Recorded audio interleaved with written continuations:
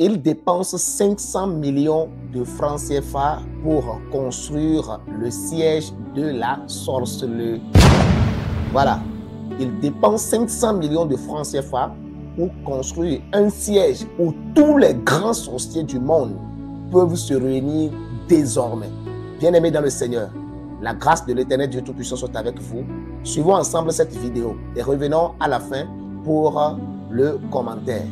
Bamako, capitale des détenteurs de savoirs occultes africains. Hier, le ministre en charge de la culture, donc, a inauguré le siège qui leur est dédié. Sa réalisation a coûté plus de 500 millions de francs CFA. On en sait davantage avec Benogo Fofana. Ce coup de ciseau inaugural donne officiellement accès à ce siège des détenteurs de savoirs occultes africains. Bâti sur une superficie de 500 mètres carrés, le bâtiment R+5 est composé de 20 chambres, 10 magasins et 10 toilettes. Il est financé par le professeur Mamadou Babou Niang, chef suprême de la magie africaine. Coût des travaux, plus de 500 millions de francs CFA. Tout ce qui a mis l'Afrique en retard, c'est mystifier les choses, cacher les choses.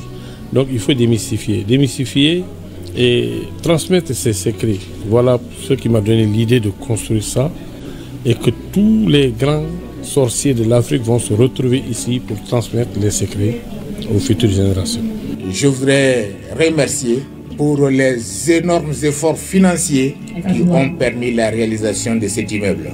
En tout cas, je formule le vœu, le siège du réseau panafricain soit un centre d'incubation des savoirs et savoir-faire endogènes de l'Afrique.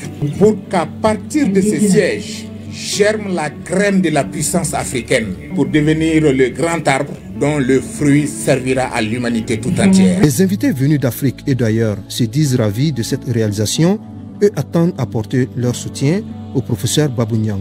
La seule chose qui nous reste d'authentique et d'important, c'est notre culture. Si nous sommes ici à Bamako, c'est pour soutenir l'action culturelle affirmée de façon convaincante et soutenir le professeur dans ce qu'il fait. Je suis très fière d'être ici au Mali et je félicite et je remercie beaucoup le professeur qui nous a invités, qui a pris la peine de faire tout ce boulot et je trouve ça très courageux de sa part. Chef traditionnel ressortissant de Côte d'Ivoire, cela a créé en nous une véritable émotion de joie et émotion aussi de fierté. Parce que c'est pour nous une fierté qu'un Africain se dresse, se lève pour dire qu'aujourd'hui qu'il va lutter pour la sauvegarde de la culture africaine. Je suis ici pour participer à une conférence internationale. J'ai profité de l'occasion pour participer à l'inauguration du bâtiment du réseau panafricain et je suis très ravi. On a fait divers pays pour diverses raisons, mais c'est la première fois que tous ces leaders africains, plus de 70 pays, se retrouvent ici au Mali pour ensemble célébrer la tradition africaine, supporter, aider, soutenir le professeur Babou dans ce qu'il fait pour promouvoir la tradition et la culture africaine. C'est une joie pour nous. C'est un local qui va nous permettre tous de faire connaître les savoirs de l'Afrique et de mieux faire développer pour progresser l'Afrique. Bamako sera donc la capitale du savoir et du savoir-faire à la faveur de cette rencontre de 2 jours. Waouh! Que la paix de Dieu soit avec vous encore. Qu'est-ce que vous voyez et qu'est-ce que vous avez compris en regardant cette vidéo? Je pense que pour les chrétiens trop spirituels, les chrétiens remplis du Saint-Esprit, vous allez commencer par parler en langue. Commencez par prier. Oh non, nous démolisons cela. Nous détruisons ça. Nous brisons cela. Nous détruisons ceci. Au nom de Jésus. Bien aimé, je voulais vous dire une chose. D'abord, premièrement, je dis honte à tous les millionnaires, à tous les milliardaires chrétiens qui refusent d'investir leur argent dans le bien-être pour le salut des âmes. Honte à vous. Je dis honte à tous les milliardaires, honte à tous les millionnaires chrétiens qui refusent d'investir pour la cause du salut des âmes.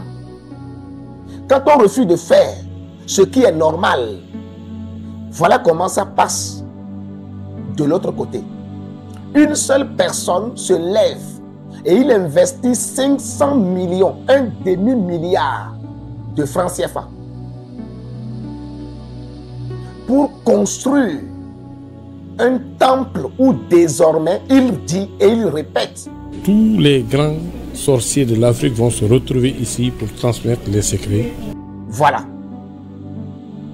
Tous les sorciers peuvent désormais se regrouper là-bas pour partager leur savoir, pour partager leur connaissance, pour s'impacter davantage, pour accoucher encore et encore, pour se multiplier.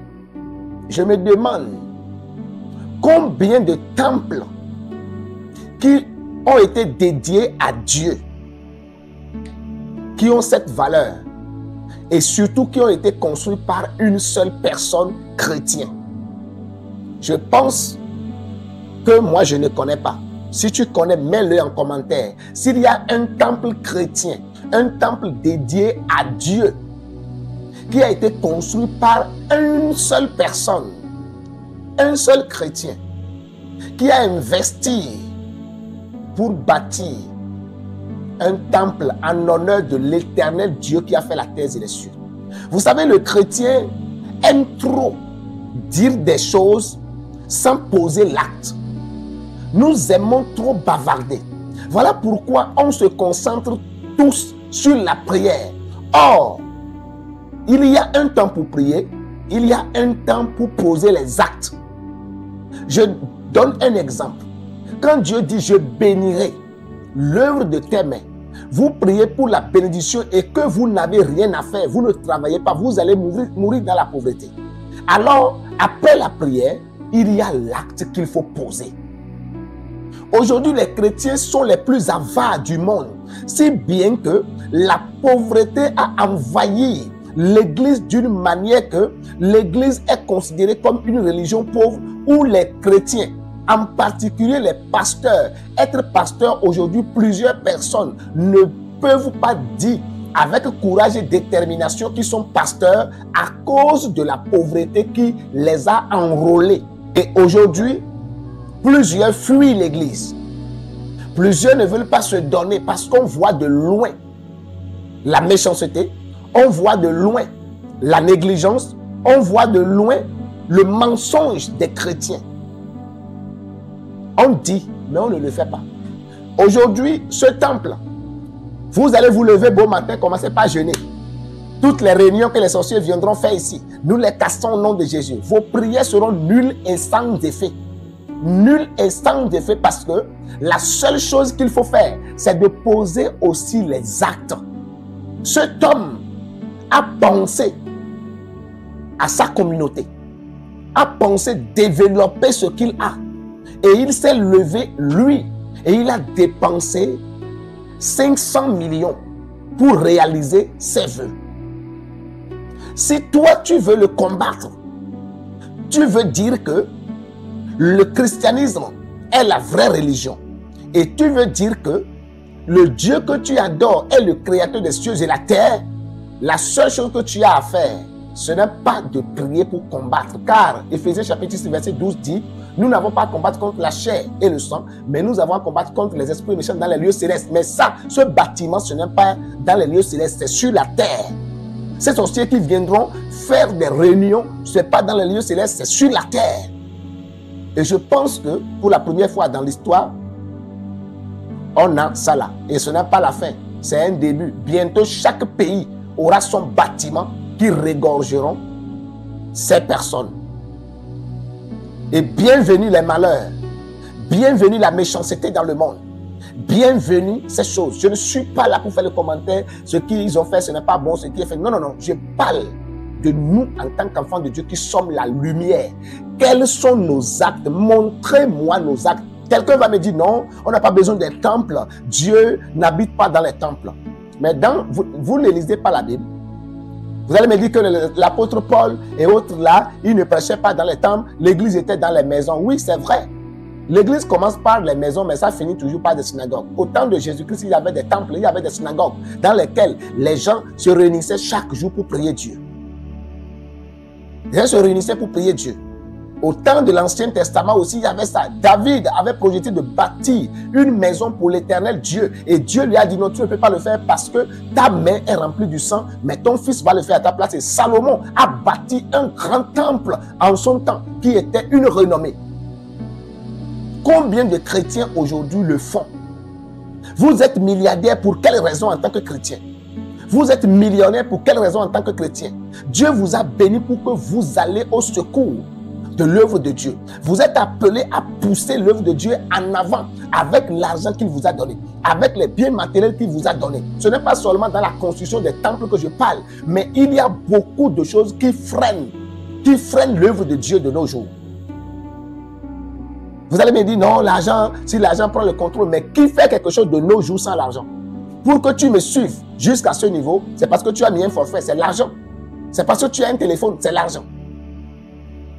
Il n'y a rien sans l'argent aujourd'hui. L'œuvre de Dieu ne peut pas avancer sans l'argent. L'évangélisation, on a besoin de l'argent. On a besoin des moyens de déplacement. On a besoin des moyens pour être dans le confort, pour faire l'œuvre comme cela se doit. Et c'est toi que Dieu a permis que tu aies ces millions, ces milliards. Tu refuses de participer avec cet argent.